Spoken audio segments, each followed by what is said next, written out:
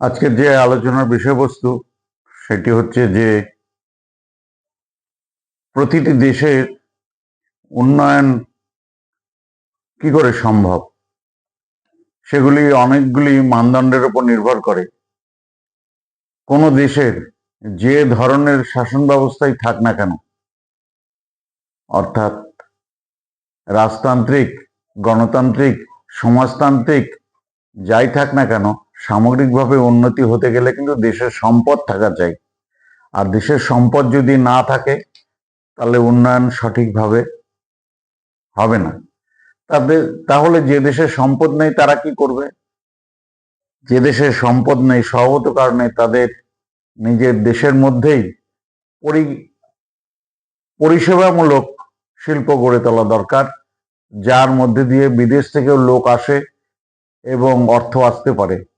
এবং দেশের জনসংখ্যা প্রচুর থাকলে, বেকারত্ব থাকলে রাষ্ট্রীয়ভাবে দেশের লোককে অন্য দেশে কাজে পাঠানোর ব্যবস্থা করতে হবে যাতে বিপদে না পড়ে, তাহলে কিন্তু রেমিটেন্স আসবে। এটি একটি বিষয়। কিন্তু সম্পদ যাই থাক, আবার যদি নীতি নির্ধারণ সঠিকভাবে না হয়, সম্পদ বন্টনের সঠিক যদি না থাকে এবং দুর্নীতি যদি থাকে, তাহলেও কিন্তু উন্নয়ন কিন্তু সম্ভব নয়। উন্নয়ন বলতে দেশের জিডিপি বেড়ে গেছে অনেক, পৃথিবীর মধ্যে দ্বিতীয় তৃতীয় স্তরে চলে গেছে, অথচ পরিসংখ্যানে দেখা যাচ্ছে যে দেশের প্রচুর মানুষ ক্ষুধাতুর আছেন, শিক্ষায় বিশ্ব মানে পিছিয়ে আছি এবং সুখের মানে পিছিয়ে আছি, এবং গণতান্ত্রিক যে অধিকার সেসব মানে পিছিয়ে আছি। এই সব বিষয়গুলি আছে। তো পৃথিবীর কয়েকটি দেশের নমুনা নিয়ে আমরা আলোচনা করতে পারি। প্রথমে হচ্ছে ফিনল্যান্ড। এটি একটি হচ্ছে নর্ডিক দেশ, ইউরোপের। এই দেশটি কখনো কারো ছিল না। এই দেশটি কখনো উপনিবেশবাদী ছিল না, কিন্তু ফিনল্যান্ডের জনসংখ্যা প্রায় 50 লক্ষের মতো বা একটু বেশি, এবং আমাদের পশ্চিম বাংলার 4.5 গুণ প্রায় আর কি। এই হচ্ছে ফিনল্যান্ড। তো ফিনল্যান্ডের যে ব্যবস্থা সেটা হচ্ছে তারা ম্যানুফ্যাকচারিং শিল্পে খুব এগিয়ে আছে এবং আরো অন্যান্য সম্পদ আছে। তারা কৃষির দিকেও নজর দিয়েছে, কিন্তু সেখানে যে সরকারটা আমরা দেখতে পাচ্ছি, সেখানে দীর্ঘদিন যাবৎ যে সরকার আছে তারা দেশের উন্নয়নের ক্ষেত্রে কিন্তু সবাই একমত। আমরা যেমন দেখি না, কোনো কোনো জায়গায় নিজস্ব এলাকার উন্নয়নের জন্য সব রাজনৈতিক দলগুলি এক থাকে, সেখানেও দেখা গেছে যে মধ্য ডান, মধ্য বাম, অতি বাম, অর্থাৎ দীর্ঘদিন যাবৎ সেখানে বামপন্থী এবং অন্যান্যদের সঙ্গে মিলিত সরকার থাকছে। স্বভাবত কারণে তার একটা প্রভাব পড়ছে। তার ফলে আমরা দেখতে পাচ্ছি সেখানে শিক্ষা ফ্রি, শিক্ষা বৈতনিক সম্পূর্ণভাবে বিশ্ববিদ্যালয় পর্যন্ত, এবং সেখানে চিকিৎসা অবৈতনিক, এবং সেখানে লোক প্রচুর পরিমাণে বই পড়ে। সেখানে উন্নয়ন হয়েছে। তাহলে সেখানে সম্পদের বন্টন ঠিক আছে, এবং সারা বিশ্বের যে সুখের মাপকাঠিতে যে বিশ্বের যে বন্দিত সংস্থাগুলি এই বিষয়গুলি জরিপ করেন, তাদের নিরিখে কিন্তু ফিনল্যান্ড সুখের প্রথম স্থানে আছে। আরেকটি দেশের কথা বলা যায়, প্রশান্ত মহাসাগরের মধ্যে একটি দেশ হচ্ছে নাউরু।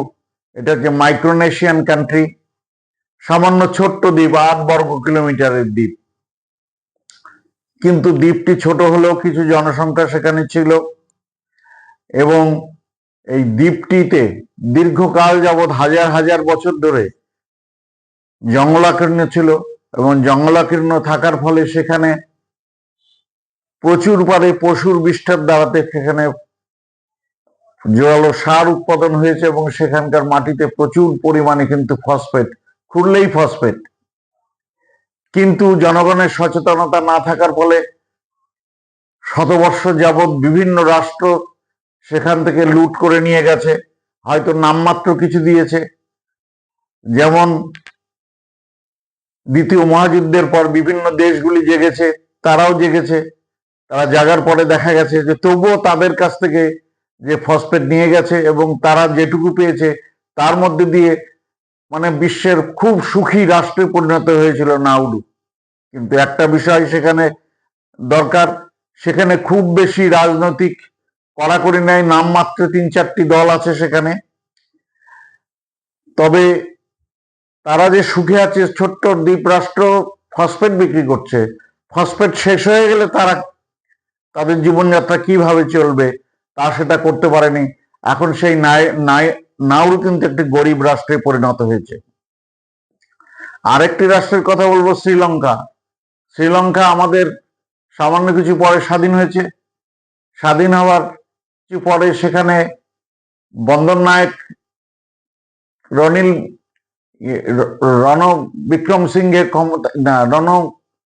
বন্দর নায়ক ক্ষমতায় এসছেন এবং তিনি আততায়ীদের দ্বারা নিহত হন এবং সেখানে ক্ষমতায় আসে। তারপরে তার স্ত্রী আসেন, তার স্ত্রী হচ্ছে শ্রী মাহবুব বন্দর নায়ক, এবং শ্রী মাহবুব বন্দর নায়ক আসার পরে সেখানে একটি সোশ্যালিস্ট জোট গঠন করলেন।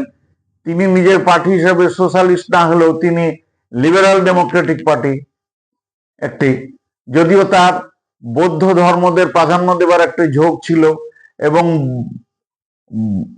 শ্রীলঙ্কান ভাষাকে তিনি সরকারি ভাষা হিসেবে ডিক্লেয়ার দেন। স্বভাবত কারণে সেখানে বিরাট অংশের তামিল জনগোষ্ঠীর মানুষের একটা ক্ষোভ দেখা দেয় এবং সে ক্ষোভ দীর্ঘকাল পর্যন্ত চলে।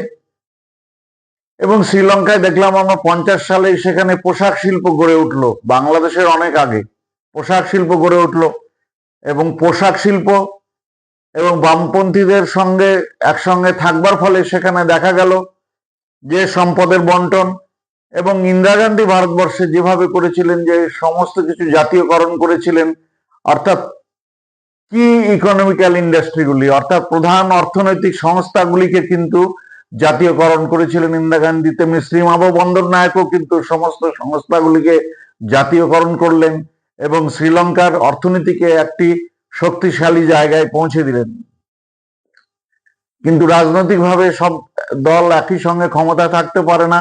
পরবর্তীকালে তিনি পরাজিত হলে অন্য দলেরা আসে এবং দেখা যায় নীতিহীনতা এবং দেশ পরিচালনার উন্নয়নের যে নীতি গ্রহণ সেখানে ত্রুটি, এবং তার ফলে উন্নয়নের হার নিম্নমুখী হতে থাকে।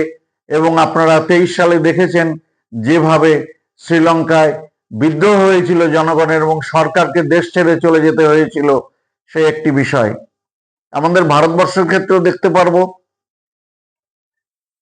যে ভাবে হয়েছিল। আমাদের ভারতবর্ষের ক্ষেত্রেও বেসরকারীকরণের একটা ব্যাপক প্রবণতা আছে সরকারের মধ্যে, এবং বেসরকারি করলে সব সমস্যার সমাধান হয়ে যাবে, যার ফল এবং দেখা যাচ্ছে যে বিভিন্ন গত কয়েকটি বাজেট থেকে উন্নয়নমূলক খাতে কিন্তু খরচ কিন্তু কম, অর্থাৎ বরাদ্দ কম।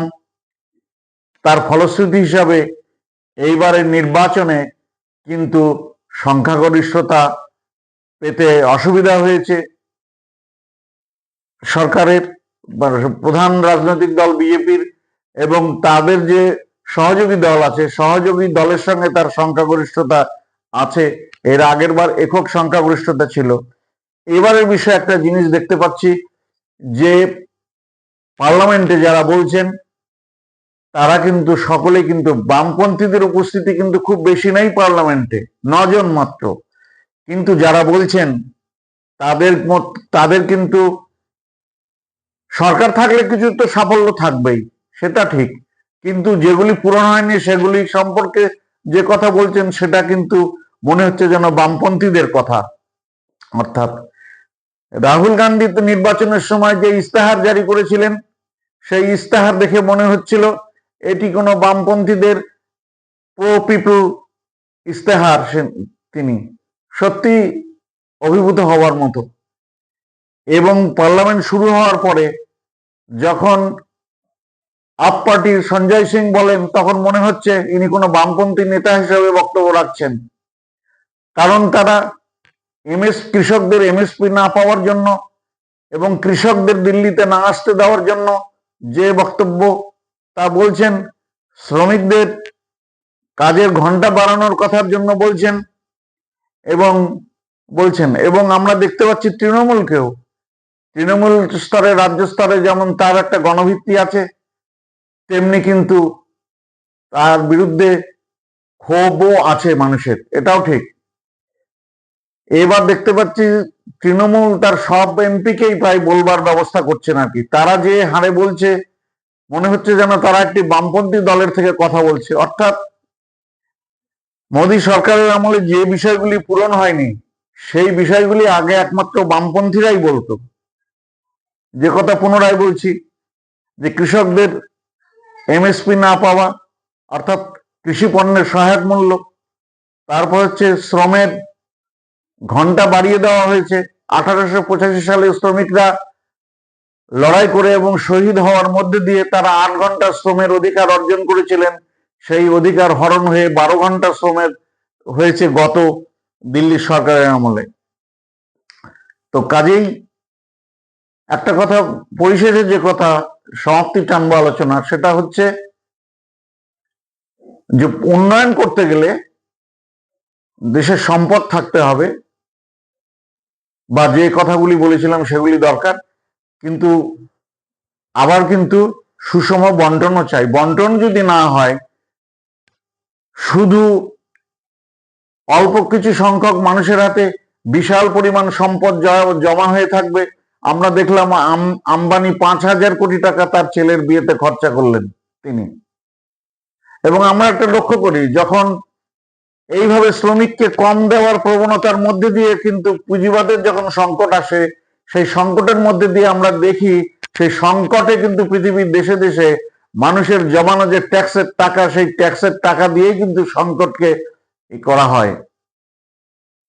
এবং যদি সরকারের পক্ষ থেকে ঘন ঘন প্রচুর পরিমাণ ভর্তুকি দেওয়া হয়, যে কারখানার মালিক শ্রেণী, শিল্পপতিরা প্রচুর কর্মসংস্থান তৈরি করবেন, কিন্তু আধুনিকভাবে যেভাবে শিল্প হয়েছে এবং যেভাবে বিজ্ঞানের উন্নতি হয়েছে, এখন কিন্তু প্রচুরভাবে কিন্তু হচ্ছে না।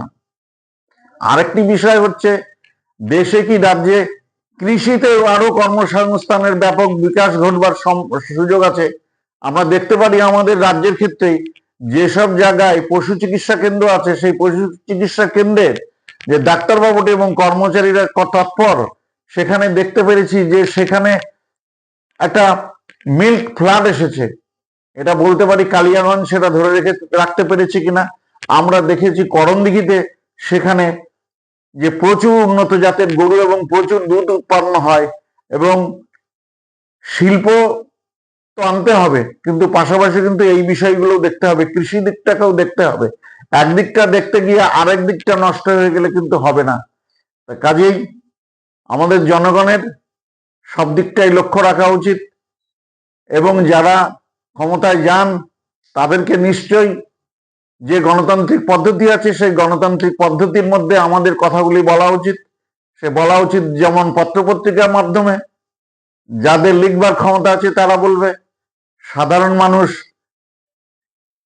তার নিজ নিজ রাজনৈতিক দলের মধ্যে কথা বলবেন। এমনকি দাবি দেওয়া, যে রাজনৈতিক দল ক্ষমতায় থাকে সেই দলের মধ্যে থেকেও আসা উচিত, কিছু কিছু ক্ষেত্রে উঠে আসে, আমরা দেখতে পাচ্ছি। কাজেই আমি আমার বক্তব্যকে দীর্ঘায়িত করব না, আমার আলোচনা এখানেই শেষ করছি। নমস্কার, আপনারা ভালো থাকবেন।